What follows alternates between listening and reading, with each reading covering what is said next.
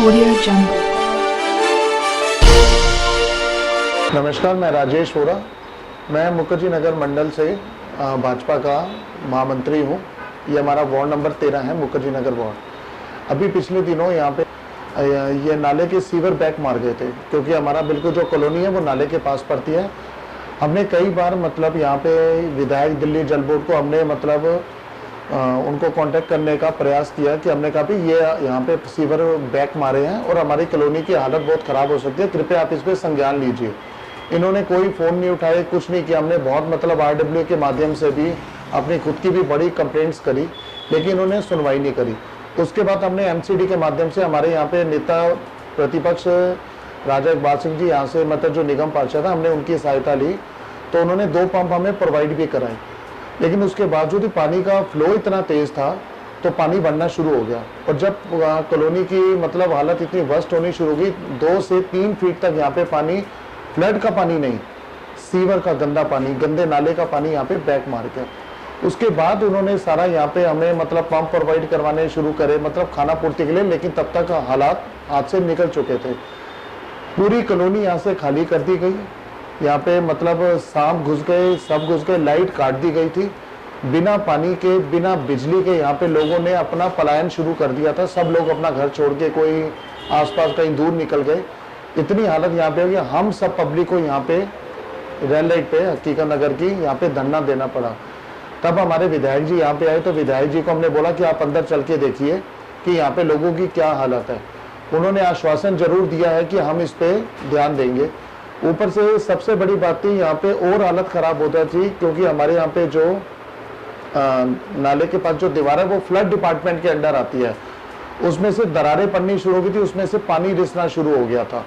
मैंने खुद अपने माध्यम से मैंने SDM को कंप्लेंट करी थी, उन्होंने यहाँ पे आके निरीक्षण भी किया। उन्होंने भी हमें मतलब आश्वासन दिया और मतलब दिल्ली सरकार के अधिकारियों से वो संपर्क करके उन्होंने कहा कि भी इस चीज़ को जल्द से जल्द सॉल्व किया जाए।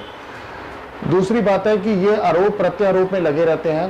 फ्लड डिपार्टमेंट दिल्ली सरकार के अंडर है, सीवर सिस्टम दिल्ली जल बोर्ड जो है वो दिल्ली सरकार के अंडर है। इन्होंने कोई सुध बुध नहीं ली।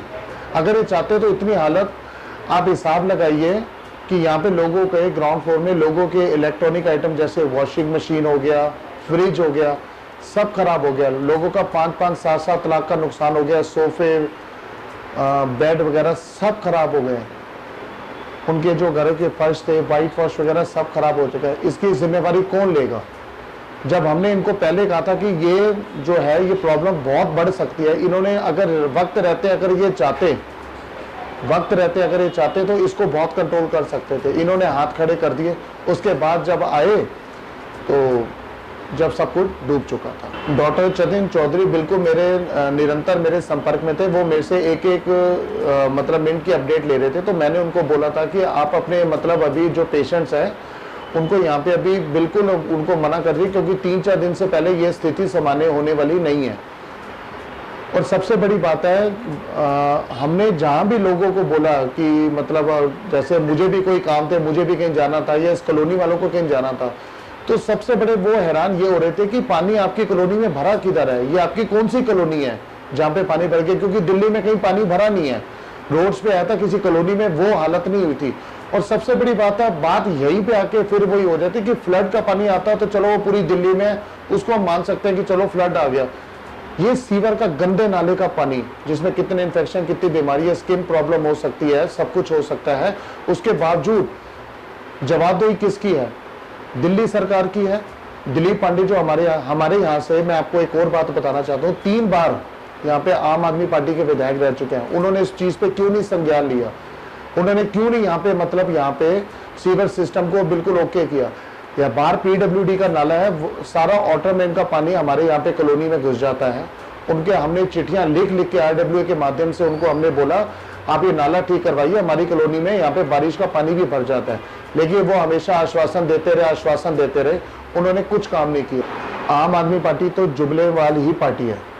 आप ये देखिए, जब कोविड में दिल्ली के जो लोग थे इतने मतलब वो हो रहे थे, जब लॉकडाउन लगाने की बारी आई थी तो इन्होंने लॉकडाउन के लिए मना कर दिया, लेकिन जब परिस्थितियां इनके हाथ से निकल गई तो इन्होंने लॉकडाउन घोषित कर दिया। ऑक्सीजन सिलेंडर के लिए दूसरों पे आरोप प्रत्यारोप करते रहे, जबकि इनका ही एक विधायक अगर मैं गलत नहीं, इमरान हुसैन जो मंत्री है उनके वहां पे, उनके जो नोन थे उनके वहां पे इतने ऑक्सीजन सिलेंडर की कालाबाजारी होते पकड़ी गई, तब इन्होंने अमित शाह जी के आगे हाथ फैला दिए कि हमें यहाँ पे हमारी मदद करो। अब जब फ्लड, अब यहाँ पे जब पानी की जो परिस्थिति थी, जो बाढ़ आने की वो जो परिस्थितियां हुई हैं, उस पर भी ये कह रहे हैं हरियाणा सरकार जो है वो पानी छोड़े जा रही है। हमारे बस में, ये हर जगह हाथ खड़े कर देते हैं, अमित शाह जी को चिट्ठी लिख देते हैं। जब तुमने केंद्र सरकार से ही सारी मदद लेनी है, जब आपने केंद्र सरकार से सारी मदद लेनी है, तो मुझे आप ये तो बताइए कि दिल्ली की जनता ने आपको किस लिए चुना है? सिर्फ ऐड देने के लिए, सिर्फ ये दिखाने के लिए कि वैक्सीन लगवाई क्या? वो भी केंद्र सरकार मोदी जी लगवा रहे थे, उसमें भी इन्होंने राजनीति नहीं छोड़ी, बॉर्डर पे लिखवा दिया वैक्सीन लगाई क्या, वैक्सीन लगाई क्या। इन्होंने क्या काम किया? हॉस्पिटल में की इनकी व्यवस्था बिल्कुल पुअर हो चुकी थी। इनके आप दिल्ली का एजुकेशन मॉडल देख लीजिए, 90% बच्चे फेल हो रहे हैं उसमें, और ये दूसरों पे बात डालते रहते हैं। अपनी कोई भी इनकी नाकामी होती है ये सीधा केंद्र सरकार पे डाल देती है। अगर ये एजुकेशन मॉडल की बात कर रहे हैं तो मैं पूछना चाहता हूँ मनीष सिसोदिया के खुद के बच्चे कहाँ पढ़ते हैं? इनका एक एमएलए मुझे बता दीजिए, एक मंत्री बता दीजिए जिनका बच्चा कोई भी, मैं जिम्मेवारी से बोलता हूँ, अगर इनका शिक्षा मॉडल इतना है तो ये अपने बच्चों को खुद क्यों नहीं सरकारी स्कूल में पढ़ाते? दूसरी बात रही, आपने बोला हेल्थ मॉडल की, हेल्थ मॉडल की है तो सौरभ भारद्वाज खुद तो जाके अपना फोर्टिस में इलाज कराते हैं। अरविंद केजरीवाल जी की खांसी कभी ठीक नहीं होती, वो खुद जाके बेंगलोर में कराते हैं।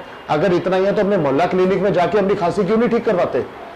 अगर इनको कोई भी प्रॉब्लम होती है, इनके मंत्री संतरी कोई भी है, खुद जाके मोहल्ला क्लिनिक में क्यों नहीं कराते? मोहल्ला क्लिनिक में अभी पीछे केस हुआ था, एक्सपायरी दवाइयां इन्होंने दे दी थी, जिसमें 2-4 बच्चों की मौत भी हो गई थी। कौन जिम्मेवारी लेगा?